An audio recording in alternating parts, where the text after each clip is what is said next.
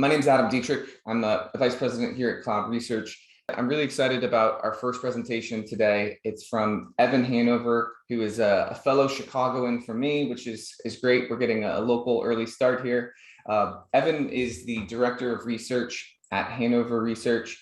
I'm sorry, at Conifer Research. Sorry about that. Yeah, don't tell the partners that I've taken. Yeah. There's been a coup.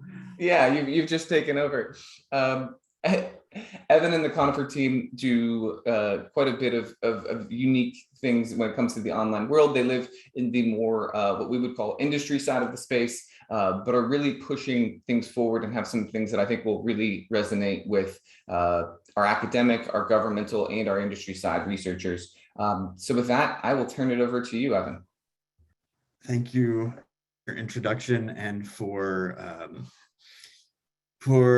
setting this up and inviting me to be a part of this. I think it's nice just to get kind of like back in touch with the world, and which is a nice segue to my topic, right? We're talking about deprivation, and I think in the context of a conference that's about pushing the ways we use digital technologies, remote research, online technologies, what have you, do our work, it's important to note that the remote research itself is not a methodology. Remote research is really about a set of tools, and the methodology is, in my opinion, and I think in the work we do at Conifer, which really relies on ethnographic principles and techniques to do our work.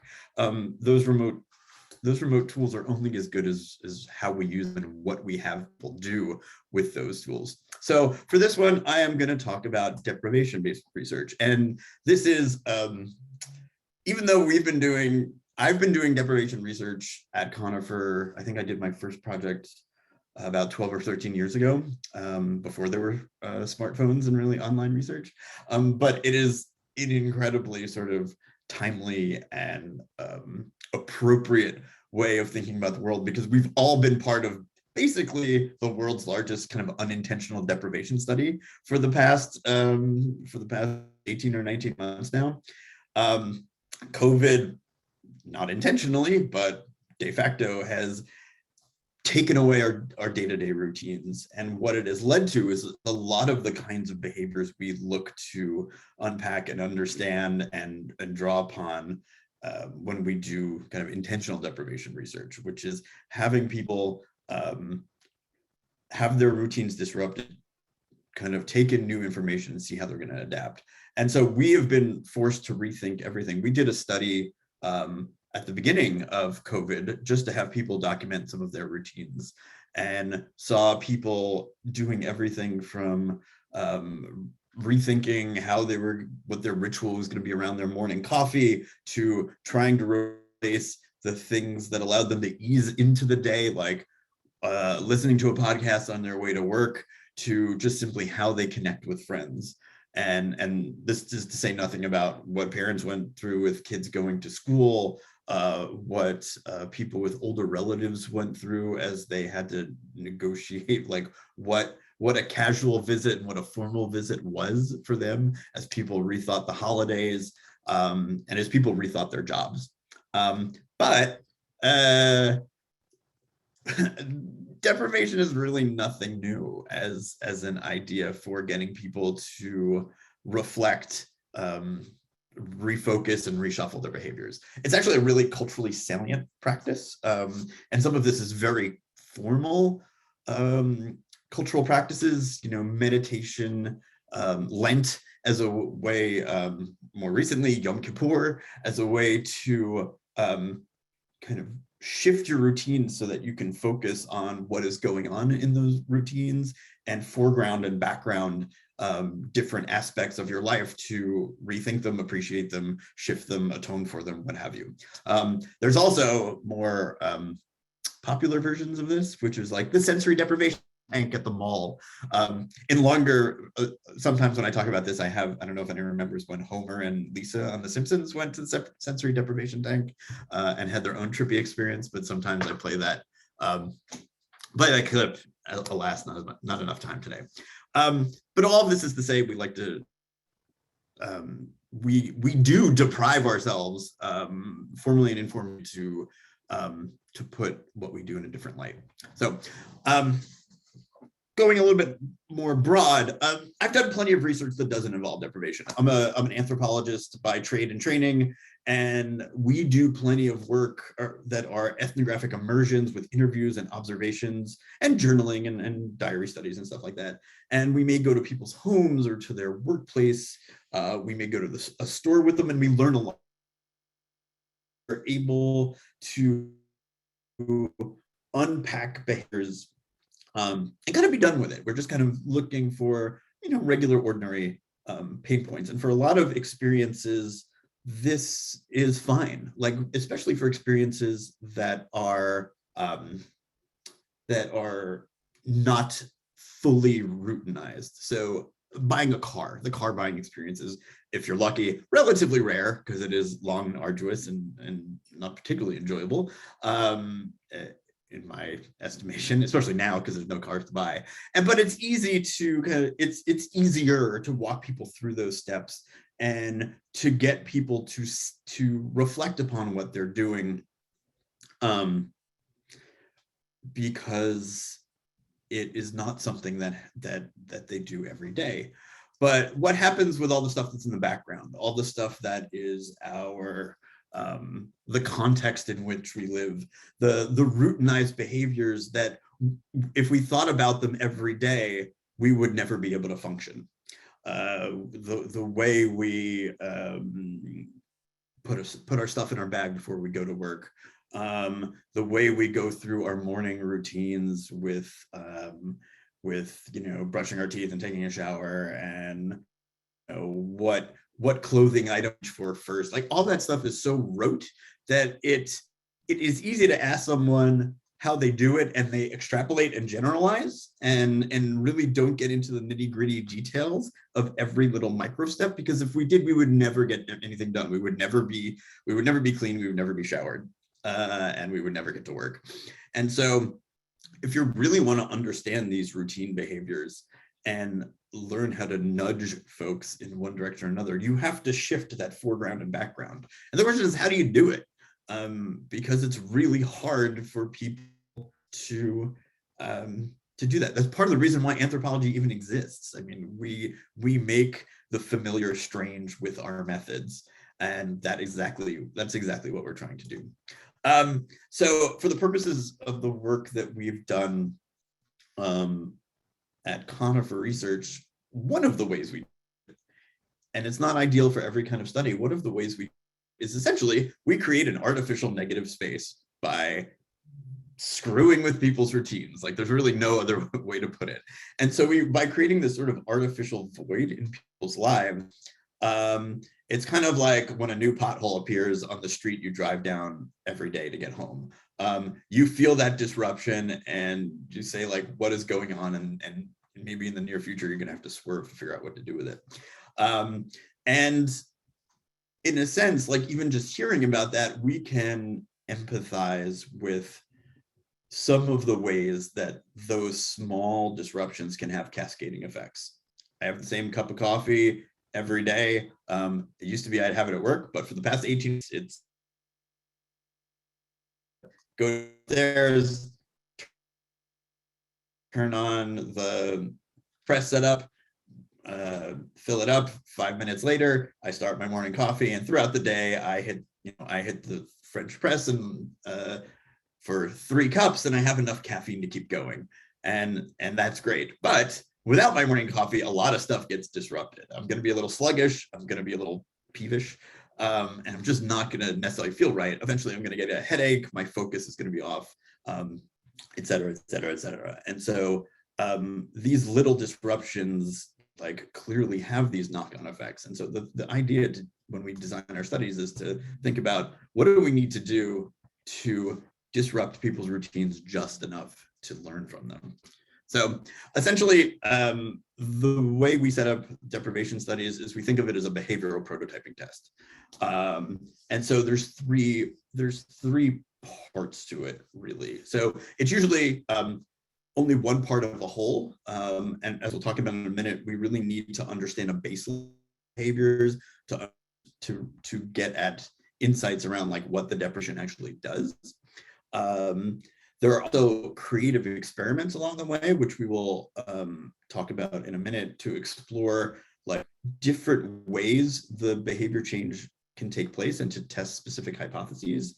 And then there's sort of the exploration of like what happens when people don't have what they usually have.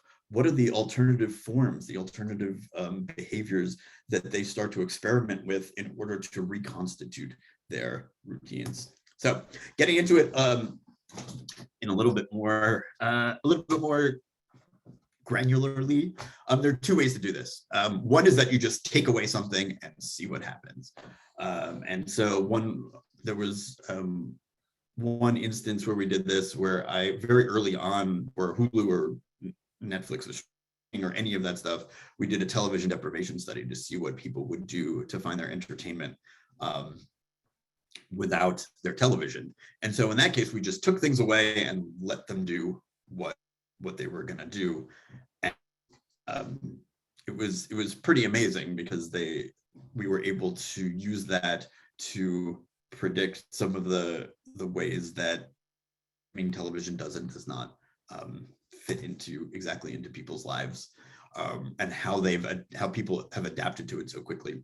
The other way to do this is to do a strategic swap, and that is to look at their routine, identify key products or behaviors that are kind of anchors in their routine, pull up that anchor and replace it with something else to hold that space.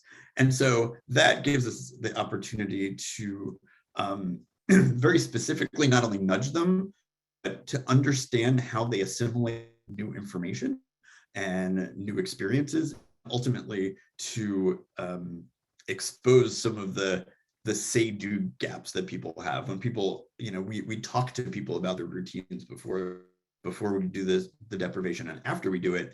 And, people are not always reliable narrators, and this really helps to see how they are reliable narrators. So studies generally have a 3-phase structure. So we start, and this is where we start to get into how these remote methods become essential. So we start with a remote diary setting, where we really establish a baseline of behaviors to understand really what are we won't understand the why of routines, but we'll understand the what, and we'll understand the rhythms of those routines.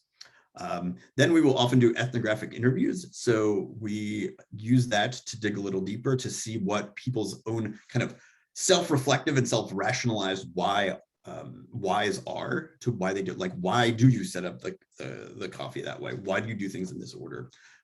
Why do you think it's okay to vary from this part of your routine and not vary from that part of your routine? And a lot of that just gives us a great sense of how people are thinking. And then we do the deprivation and replacement, and we kind of sit back and we observe what happens. So a big part of the remote self-documentation are routines. And for this, we use a lot of the techniques that are tried and true in remote research. So there's one particular study I'm going to talk about today, which we did for Ferrara Candy. And they wanted to know, they were really obsessed with thinking about how very, very, very tailored packaging. So here is the oversized pack to keep in your pantry. Here's the small pack to keep in your car. Here's like a mid-size that you can dole out into your kids back up, so that you have that over a longer period of time. They really thought that their hypothesis was that these different packing iterations and packing are what really supported people's routines, and that and that there might be other opportunities to look into like new kinds of packaging to support gaps that people still had. So the first thing that we had to do was just capture everything about people's food routines. So how they defined snack versus meal versus treat, what shopping trips they went on, what meals looked like, what sharing food versus not sharing food looked like. All of these little things, which we mostly did through through videos that they made in the moment and through sort of diary studies in order for them to kind of look back across the whole thing. Then we identified products to replace key snacks and candies that were a big part of our team. But they had to be candy or chocolate eaters. But we were going to take that, and those are often really emotional foods, especially if people use it as treats or to relax or as a break during the day. And so we would take those away and then replace them with something else. And we used unboxing to do this. We would just send them a box and tell them to film it opening it, which is an interesting technique because it is very in the moment and very like it has a surprise element to it, but it's also something that already exists as a genre on YouTube. So there's this mix between a little bit of performance, a lot of surprise, which makes the video very compelling, and it's a way to get some of that unfiltered emotion. And so I'm gonna, for my next slide, share screen, which I realize means I need to come out of screen, and because I need to make sure that the video is going to work on this. So let me know if the video is working. So I opened the box. I looked at anything inside. Oops, sorry. So I opened the box, looked at anything inside. I see this sign. So I went to Conifer Research. Let's see what's in here. This is a compilation from several different studies. Oh my gosh.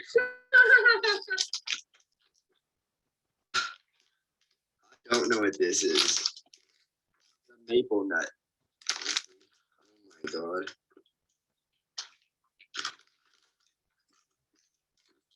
A little bit actually, but thank you. I love these. I love these. I'm so excited. And I'm gonna take like probably 3 crawlers and 1 bite in my pocket. All of these, I just don't like to open these packages because then I feel like I need to use them or I eat too much.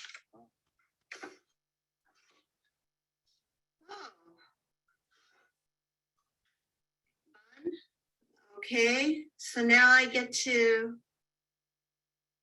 filter water, I guess. Okay, this is going to be a challenge. Okay, so you saw my reaction. I'm used to bottled water, but let's see.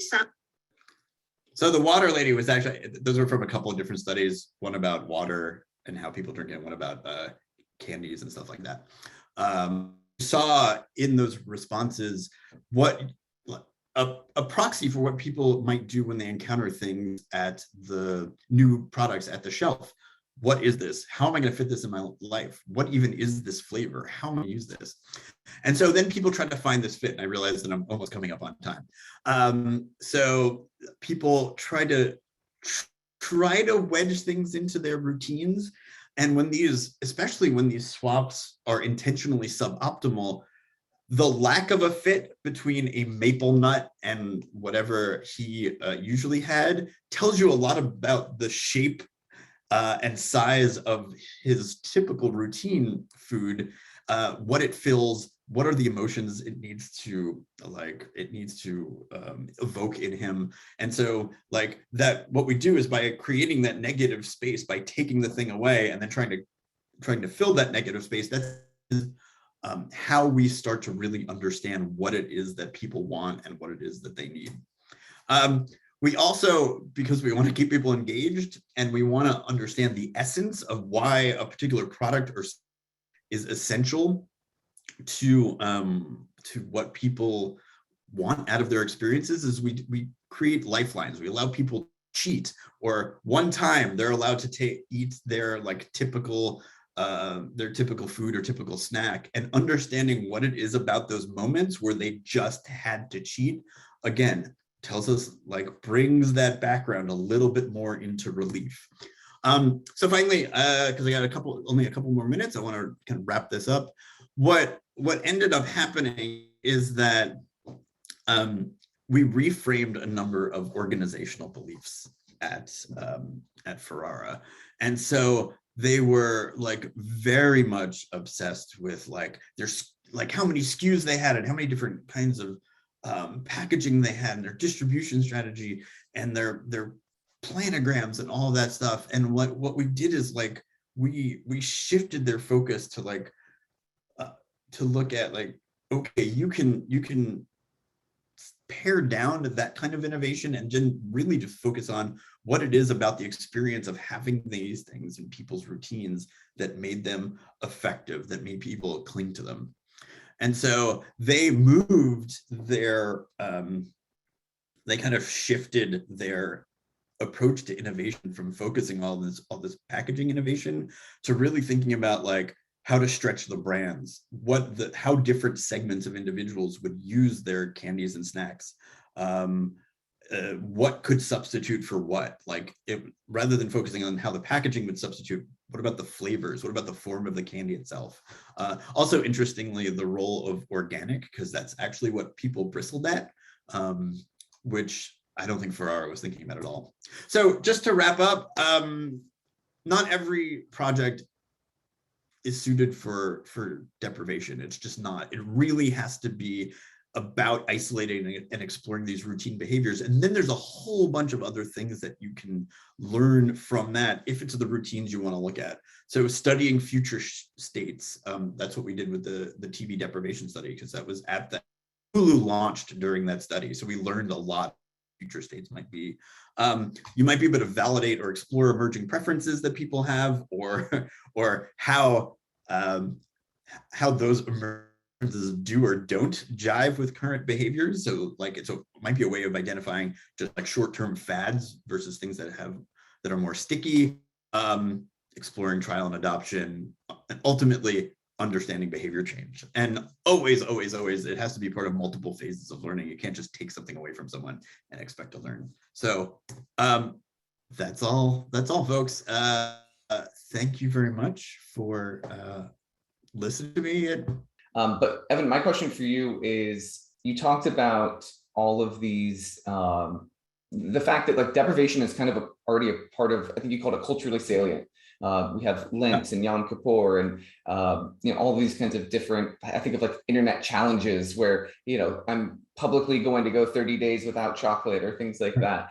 But the part that I found really interesting was establishing the baseline, that first kind of thing. I think that is really unique in comparison to a lot of online research where it's just, are you a maple nuts consumer? Yes or no? Yes, you are. All right, let's show you what the next maple nuts commercial might be. So with that in mind, would you say, what would you, if somebody wanted to kind of get a little bit more thorough of a baseline, what do you suggest there? Is it kind of a free flowing conversation? Is it more quantitative? But how do you really understand, in this case it's consumer, but it could be psychological, it could be a lot of different things. What's the best way to kind of get that baseline understanding so that when you do deprive them of a product or of something like, or anything, what's the best way to really get that initial understanding?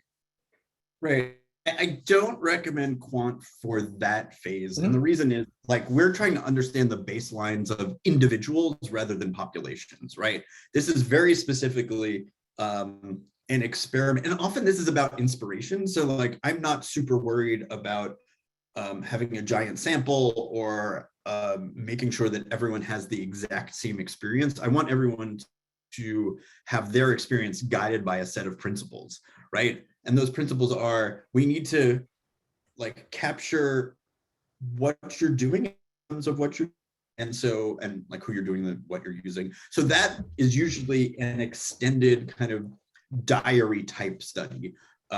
We usually 2 weeks because you want to account for natural fluctuations. I actually just submitted a proposal for one about another like subscription product, and we're doing it for 2 months. Like, so right. You have to think about the cycles of use. And so with food, like a week feels like a cycle. So like there's weekday end rhythms, and you just want to like ideally go for 2 with that. So basically the principle, get that length right, and then make sure the way you're asking people to document doesn't actually disrupt the routine all that much. Which is why a diary worked. My very first project that I ran at Conifer was trying to understand people's like food on the go routines. And this is 2007 or 8. And we just had them do call-ins. We gave them a little key fob to put on their phone, and like each time they stopped for a coffee, they would just call and leave a message and they were done. And then like, so some of it might be just jotting down in a diary and then just sending it to us. You know, for meals, we might just have them set up the camera and go and just like cook and eat. So yeah, it's really about principles of use. And then you're finding like, what seems to be important to this person, because you're developing like a set of related but individual hypotheses. And then you're like, that's when you start to poke and prod. Makes perfect sense. And actually, that's a perfect segue into our second presenter for this group, because if you're doing a diary study or something more qualitative and ongoing to get a more thorough understanding of people's habits, occasionally you can run into bots and trolls and people who are being a little bit inauthentic. So with that, we'll turn it over to Vasilia Karasava. She's a master's student at the University of British Columbia. So we're going from Chicago up north a little bit, still early morning. So thank you for being with us, Vasilia. And her presentation is titled Hunting for Trolls, Capturing Objective, Subjective, and Self-Reported Trolling. So hi everyone, my name is Vasilia Karasava. I'm a graduate student at the University of British Columbia, and I know that most of us, the advice we get when we hear the word trolls is to run very, very far away and not engage with them. And we wanted to do the opposite. We wanted to get really close to those people who identify as trolls to better understand the reasons why they engage in trolling, their motivations, and how they view themselves. Now, in psychology research, one of the big issues that comes with anything that has to do with online behaviors, and especially online aggressive behaviors, is the way that people define those things. Because there's a huge difference from study to study, the way that the people define those things. For us, we chose the base definition that trolling is really a form of aggression that takes place in an online environment. And the main motivation behind it is to aggravate other people, to annoy them, and to generally disrupt online communications. Now, there have been a lot of other definitions about trolling. I know a lot of you probably are aware of Gamergate. That is usually used as the corner store example of trolling, where it was literally thousands of people kind of focusing on only a couple of female game designers and doxing them and doing things like that. We did include examples like that of trolling, but because we wanted to see how everyday individuals also engage with it and understand it, we also included some more mild cases of trolling rather than just swatting and doxing. So a lot of it was just annoying other people in online environments. So we wanted to capture 3 different forms of trolling: self-reported, subjective, and objective. So self-reported is the bread and butter of psychology research. It's people completing surveys and questionnaires. But we also wanted to see how both those who consider themselves trolls and the others see an instance of trolling and understanding. And finally, the hardest one was capturing objective trolling. So kind of like more of a naturalistic study, seeing it caught in the act. So for our study, we had an undergraduate sample of 911 participants. And since it was a student sample, the majority was women. And the average age was pretty young, was about 20 years old. We had a very good racial and ethnic background, where it was about 1/3 were white, 1/3 were Arab, and then 1/3 were Black students. So that was good. So for the self-reported trolling, we use the iTroll study by Buckles et al. Although it was only published in 2018, it's already being used widely for online aggression studies. And it has in our study also, it had a very good internal reliability. We found a Cronbach's alpha of about 8.9, which is pretty good. Some of the questions that there were in the scale were, I consider myself to be a troll, which we used also to identify those individuals who found themselves as troll, but also identify with trolling culture, which sort of shows this need for an in-group connection. My online personality is typical of a troll, etc., etc. Afterwards, we also correlated score from this with other things to see for convergence and divergent validity. We found that it correlated positively with dark personality traits, sadism, Machiavellianism, psychopathy, and narcissism, and it had a negative correlation with things like humility or compassion or empathy for other people, things like that. So it worked pretty well. Now for the subjective trolling, we used the roast me subreddit posts. Now on that subreddit, individuals will post a picture of themselves, usually holding a piece of paper that says roast me, and invite others to mock them and make fun of them. It worked pretty well for our ethics application, especially because people who post comments have already gone through that activity of being mocked themselves, and you can't post a comment making fun of someone else unless you've already been subjected to this same experience. So for a more real experience, real examples of trolling and cyberbullying, we found that this works really well with our ethics application as well, because we had to explain on that. So in order to capture subjective trolling, we asked, of course, people if they would post the same thing to rate from 1 to 5. And then sort of to see how acceptable they find it, we asked how offensive the comment was, or how funny, or how interesting, or how novel. And we also asked them how they would think the person would feel in the image.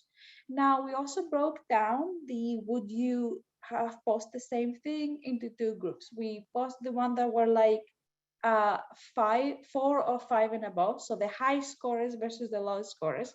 And we found that, for example, for the how offensive do you think the comment was, individuals who scored lower on whether or not they would post the same thing, there was a negative correlation with how offensive they found the comment, meaning that the more offensive they found it, the less likely they would be to post the same thing. Now, the same correlation wasn't there for those who would post it, or for those who consider themselves trolls. So it didn't matter how offensive the comment was, and it didn't matter really how they thought that the person would feel. So for how they thought the person would feel was we gave them a list of adjectives and also had an open-ended questions for them to add anything else if they wanted, and then we kind of grouped them. And lastly, we tried to capture objective trolling in a loud environment. So in order to do that, we told participants that they would have a buddy during our research study, which would be another undergraduate student that would do the study at the same time as them. At the end of it, there was an interactive component where they watched the video, and then we're told they would discuss the video with the other participant, when really it was a bot that they would be interacting with. To make it more realistic, we asked all participants to write a little bio of themselves at the beginning of the study, and then when they interacted with the bot, we showed them the little bio of the other student, which was the bot, just to let them know, so you get to know each other better before you start interacting. So the way it worked was participants didn't really type anything new. For every set of interaction, they had an option. They had a positive interaction they could choose, a neutral, or a trolling. The bot, regardless of the option that the participant chose, always responded positively. So we always had it set up to give a positive to neutral response, not to engage back in trolling and egg them on. So an example of the positive interaction would be like have a great day at the end of the study, compared to like curse them out, which was another option. For the neutral one, we try to keep it minimally engaged. So it will be something like, I don't know, or like cool, or okay, or let's move forward to finish this, something like that. And for the trolling one was usually we used it to mock the bot, or curse them out. Like a more tame example I could have here was "you are the worst." And in the end, we counted the percentage of trolling interactions that the participant chose, or compared to their overall number of interactions, because obviously for every set of interaction, the participant also had the option to leave early or to leave at any point they wanted. And that's a good reminder to have in things like that for your ethics applications too. So to make sure that the participants have a way out. So participants who had a higher percentage of trolling responses, I think our highest was someone who chose all troll responses throughout. That was also, again, positively correlated with dark personality traits, measures of sadism, narcissism, Machiavellianism, and psychopathy, and was negatively correlated with honesty, humility, compassion, empathy, seeing things from a different perspective, these kind of things. So, lastly, we sort of look at the scores throughout the study in order and try to group them into categories. The first category that we came up were the self-aware trolls. So those are the individuals that scored high throughout the study. So self-report, subjective, objective, they score high in all of them, and they were about 10% of our sample. And then we have the fake trolls. So those are the individuals who, although score high in self-report trolling and in the subjective trolling, did not engage in the iBot at all. And we call them fake trolls because even though they understood what trolling was when it was in front of them, they said that they would engage in it. And they reported that they do engage in it, they didn't in here. Obviously, one of the reasons why this is because they were aware that this was a study experiment for the university that they are in. So maybe they were afraid that we would send their scores to their professors and things like that. And we will have to do some more thinking about how to fix this issue. They were about, I think if I remember correctly, about 15%. And then we had the secret trolls. So those were the individuals who, although didn't score high in the Bagels survey, and they also said that they wouldn't post something similar to that with the Roost misabraded, scored high in the bot. And interestingly, the highest scorers in the bot for the objective trolling were also the ones who scored lower in some other cases than the others. So it wasn't a real big correlation about the secret trolls and the self-aware trolls. But if we only isolated the highest scorers, they were usually among this group. So this also shows some forethought, some idea where they are aware that what they're doing perhaps isn't socially acceptable, but maybe they weren't able to help themselves when they were given the option to do that. And some future directions. In psychology research, this is pretty new research, so there are so many avenues to take, which is very exciting, but also a little daunting when you start. We thought that another way that we could approach the subject is obviously through interviews. So a next step in our research will be to contact back some of the highest scorers in each of the group and just engage in some more thorough interviews with them, just to capture their understanding of what trolling is, how they engage with it, the motivation, and things like that.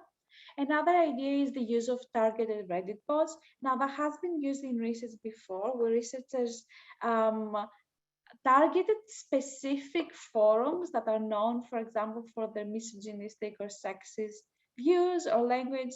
And every time that someone used a slur, they had a bot write back a quote from a feminist academic, for example. And then they kind of like analyze the responses to the bot, which was usually abuse. So that would be another interesting way to do it. Sort of target forums and groups that are known for being aggressive with something innocuous, and then see how they engage with something that they know is about. So the aggression really is very one-sided. So that would be interesting. Finally, we have like profile coding, where you kind of track Twitter hashtags to see, especially when there is some sort of conflict. Gamergate comes to mind again. And then you analyze the highest posters. So the people who posted the most, you sort of look through their comments, you look through their Twitter history and stuff like that. Another really exciting step in future research is a bystander intervention. So usually a lot of this trolling and cyber aggression takes place in very public online spaces, where bystanders have the option to either side with the victim, side with the perpetrator, or sort of take a very neutral stance. And we believe that their response has a very real effect in the way that the victims cope and how they experience the abuse. But there hasn't been that much research on it, so we are hoping to do some in the future. So thank you so much for your attention. And if you have any questions, you can either let me know now, or you can send me a message on email or on Twitter. Thank you. Awesome. Well, thank you, and once again, we appreciate you getting up early and sharing with us. I really enjoyed this presentation as an online researcher, particularly on like the sample side of things. I love your ideas of going into the future of trolling, and the idea of profile coding. I love the idea of having, you know, we often target things by demographics, you know, age, gender, race, et cetera, et cetera. We also want to target trolls in this online survey as a potential thing that's a really interesting kind of future case for it. But I want to know, before we dig into David's presentation here, you mentioned at the very beginning that most people run away from trolls. What was the impetus for this research to actually engage and try to measure and seek out the people that make up, you know, something like 10% of online behavior? So it's funny because like they make up only 10%, but then in previous work we found that about 70% of a sample had experienced being targeted by trolls, and that's backed up by Pew Research studies that found that the same percentage, and that's especially true for women or people of color who are visibly women and people of color online. And other previous research had found a lot how being targeted like that has an extreme negative effect on the individual with anxiety, depression, and some even cases of PTSD. And if we dig even deeper, especially when that targeted harassment takes a more like sexual harassment undertones, or where some people will even leak those others nude or sexual images, so it takes more of an image-based sexual abuse. It has cases of like PTSD and some very notable cases where people have attempted or even completed suicide. So there have been a lot of research on the victim's perspective, but there hadn't been a lot of research on the perpetrator side. Now, when people create intervention strategies, they weren't really backed up by the motivations and the experiences of the perpetrators. They were more from the victim's perspective, where the main piece of advice is do not engage, do not feed them, step away. So we wanted to kind of complete the other side and see if it's possible down the line, create an intervention that would target more bystanders or the perpetrators. Awesome. Well, I'm really excited to see where the research goes. I'm making you commit right now to presenting again a year from now at the second annual Innovations in Online Research event. But thank you again. And up next, we have somebody who is a good friend of Cloud Research, one of the most exciting kind of new technologies in the online research space. With his presentation titled Voice, Video, and the Wild West of Remote Research is David Ferris. He's a co-founder at Phonic, or Phonic.ai. David, thank you for also getting up early. Yeah, when the Cloud Research team asked me to speak today, I had no idea what I was going to speak on. So I gave them a sort of rather pretentious title here, Voice, Video, and the Wild West of Remote Research. I think perhaps a more accurate title is something like An Engineer's Guide to the Feedback Landscape, because that's my background. It's in engineering and in AI research, and not necessarily in market research or anthropology or psychology, the sort of backgrounds that probably most of the people in this room have. And so that gives me a unique and wholly unqualified perspective on these things, but we'll dive into it anyways.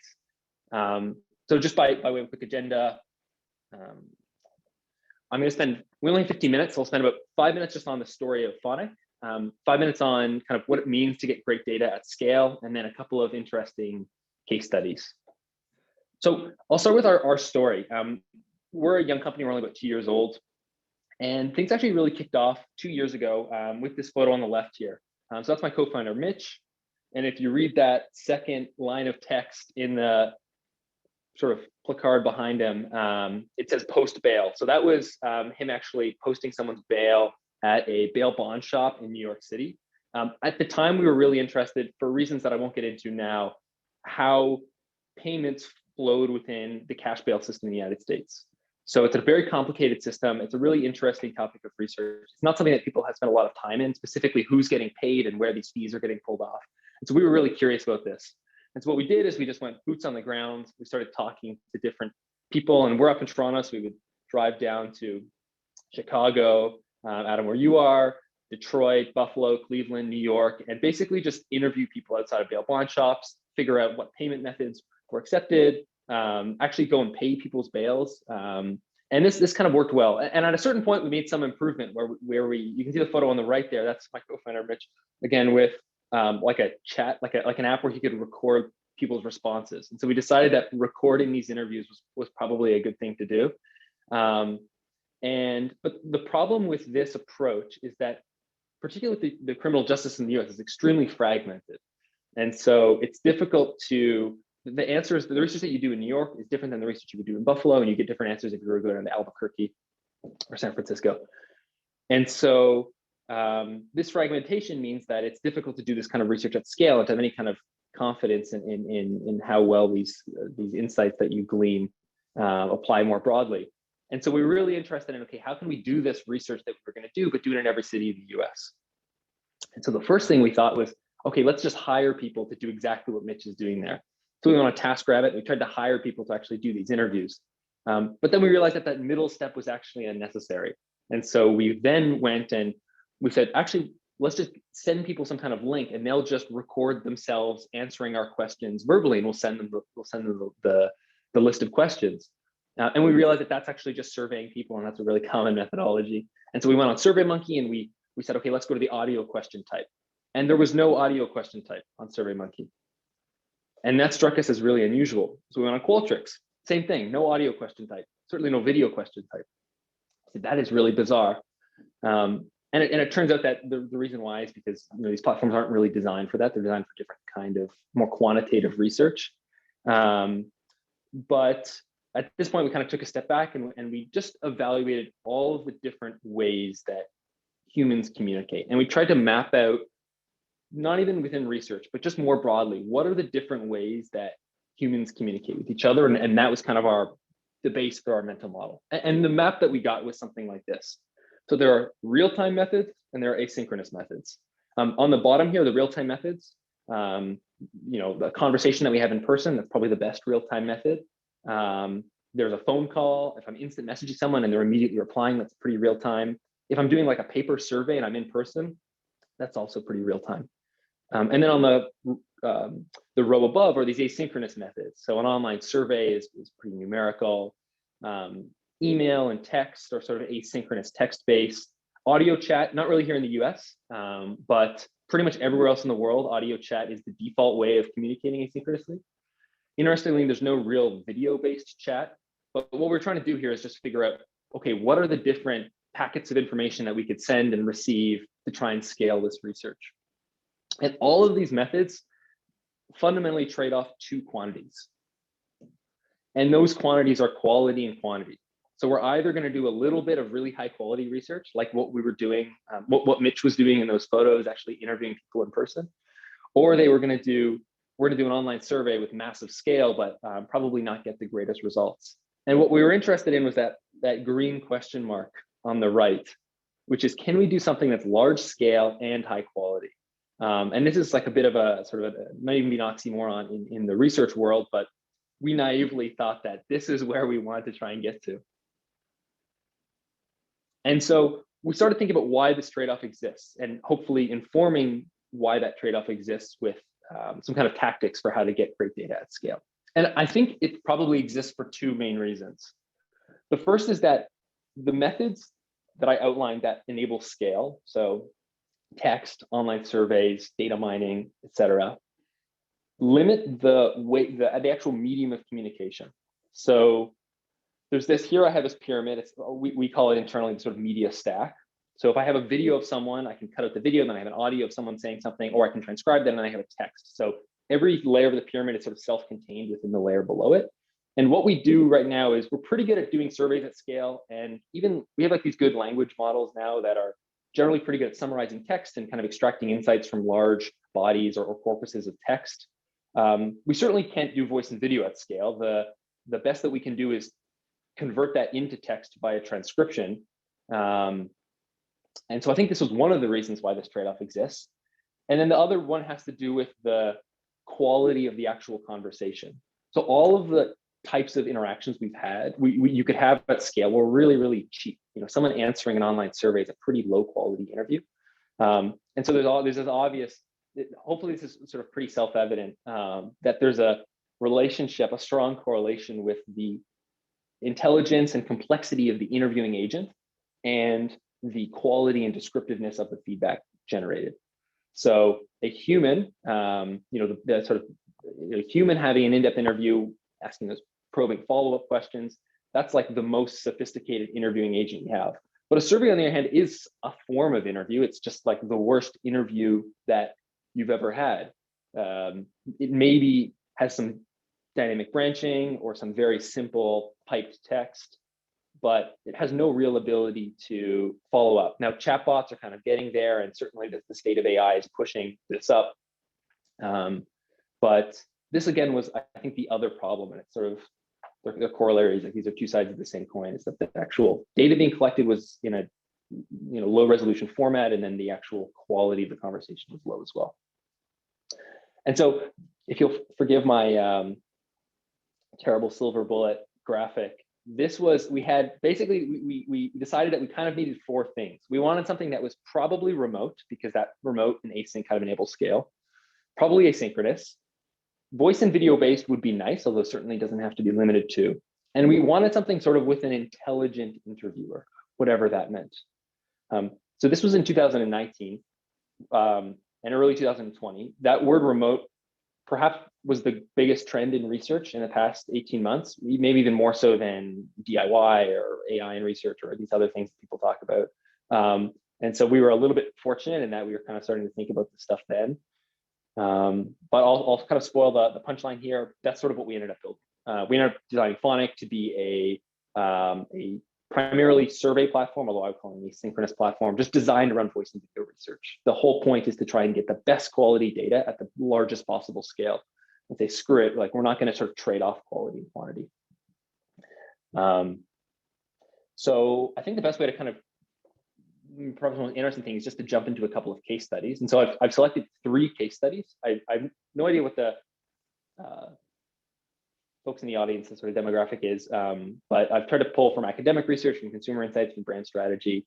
And these studies have almost nothing in common, except the fact that they were asynchronous and either voice or video based. So the first is from academic research. And it was a think-aloud study. So there's a researcher at Florida State University named Nick Bird, and Dr. Bird is a psychology researcher, and he's interested in the way that people solve riddles. So you can look at this prompt on the right here. It says, Mary's father has 5 daughters. Well, my Zoom is cutting off. Nana, Nini, Nini, Nono. What's the 5th daughter's name and probably? And so in our own heads, we're thinking like, okay, maybe it's Nunu, and oh no, who's Mary? Okay, it's got to be Mary. So there's a process by which we kind of deduce and figure out this riddle. And Dr. Bird was really interested in what that process looks like in people. And so what he was doing pre-pandemic was he was getting in a room with people and actually just interviewing them, and setting up a microphone and just having the microphone run and doing these think-aloud studies. And you just encourage people to speak their thoughts aloud. Kind of the remote async version of this is some form of audio survey where the microphone is always running. And in this way, he's able to sort of scale his research and get the same kind of quality insights, but a lot cheaper, asynchronously scale it. All very good things. The second, and this is actually, Evan, I'm glad that you brought up in-home tests as well, because it's probably the most exciting application of remote research. And Evan, you brought up another good point, which is that remote research is not it's not a methodology, it's sort of a set of methodologies or an approach. It on its own means nothing other than I'm not in the same place as the person I'm talking to or I'm collecting feedback from. And so you really do need to get more specific, like what methodologies fall into this. And I think in-home usability tests are one of the more exciting and natural ones. So send someone a product, QR code on the side of the box, scan the QR code, they unbox the product and they record videos themselves unboxing it. Like, I'm so glad that you showed us some of that highlight reel, because I didn't have I didn't think ahead enough to prepare one myself, and they're brilliant. You get these amazing videos, people unboxing these products, these sort of authentic reactions. It's a little bit performative, but it's also authentic. It's sort of this unusual mix.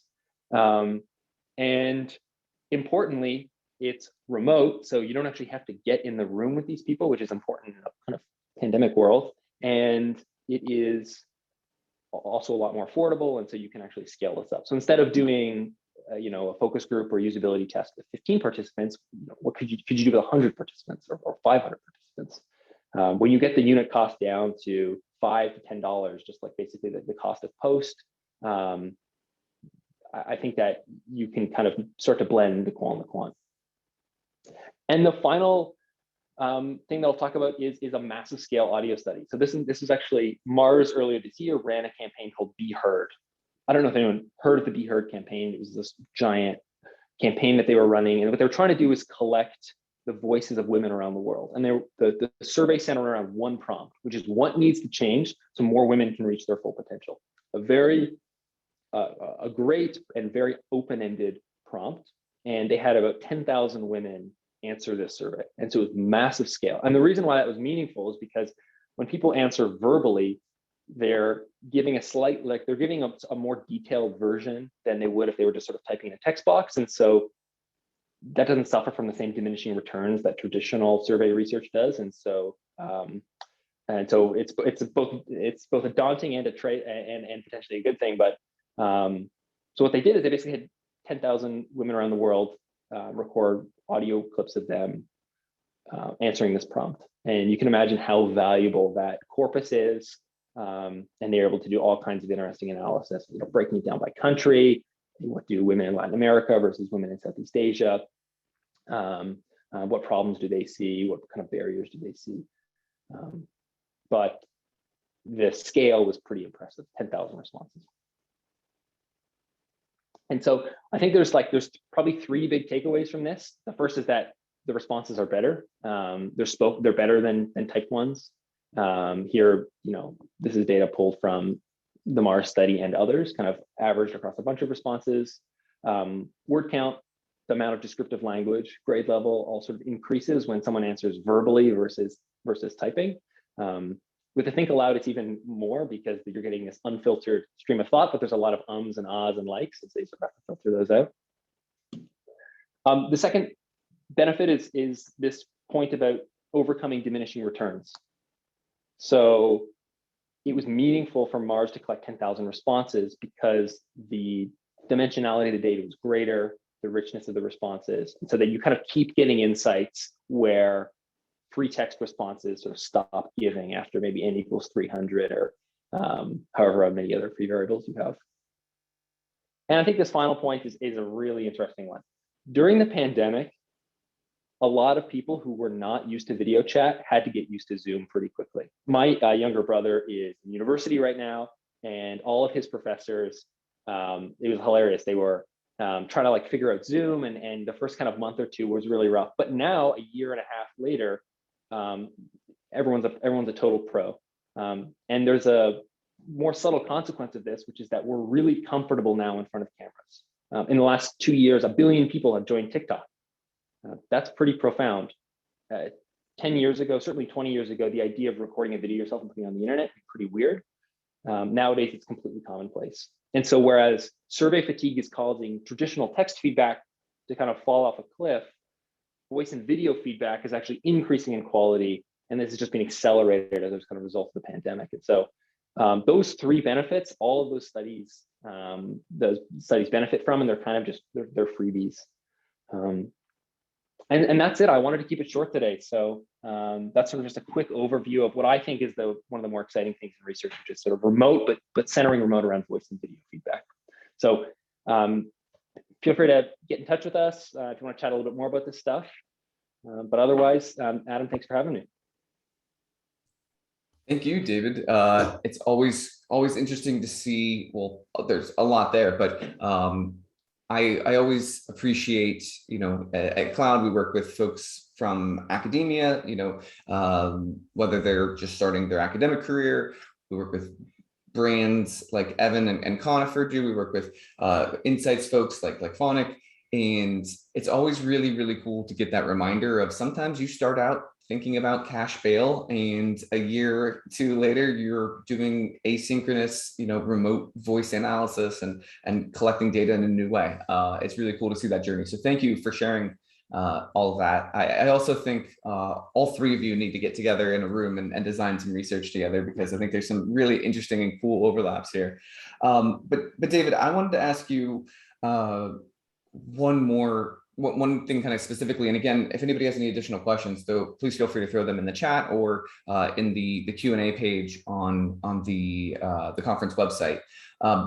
But we've heard a lot of chatter about the new normal, right? Which is like kind of this prolonged pandemic / post-pandemic type of time. Do you think that and what you've seen thus far, and granted, it's global in nature, some places are further ahead than others, all of those important caveats, but do you think that that upward trajectory of people feeling comfortable with voice and video, that's the new normal, and that we're going to kind of continue to see that separation between text and video or voice respondents?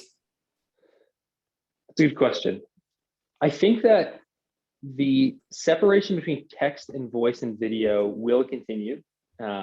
Just there's a reason that this is the best communication medium we have, is speaking in person. But there's still a long way to go. I ran a study on with a quant panel, Cint, recently, and I hope there's no Cint people in the audience, but it doesn't work particularly well if you give your run-of-the-mill quant panel, if you get them to put in front of a camera. You can get responses, but people have to be sort of primed and actively opt in and consent to this kind of research. Interestingly, I think that it's not, certainly I don't want to cause the perception that this is somehow more advanced or a more sort of developed society, be more comfortable in front of a camera.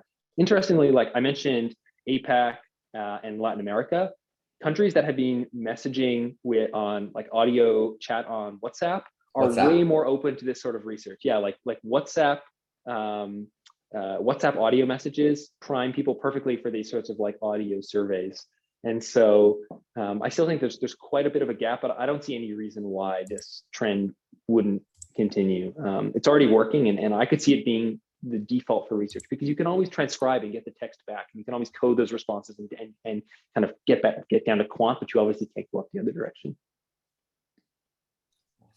That makes perfect sense. I'm excited to see where it goes, and I think of a fun little parallel in North American culture. I feel like the most frequent users of voice memos are like my mother-in-law and her friends love to do the voice memo texts, and I don't know any like millennials or Gen Zers in North America that are doing it. So maybe in some markets it's going to be older women, in some places it's going to be younger folks. That's really interesting to see how, I think there's a depiction there of like what natural consumer trends and comfort levels are possibly there.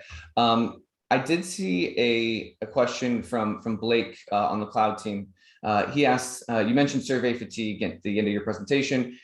He works on a lot of longer traditional studies, 35 to 45 plus minutes. Typically, we see respondents start to drop out at a higher rate at the 30-minute mark, and the quality of answers tend to decline the longer the interview past that. He wanted to know if this phenomenon occurs with video and text recording, or are participants kind of more engaged throughout?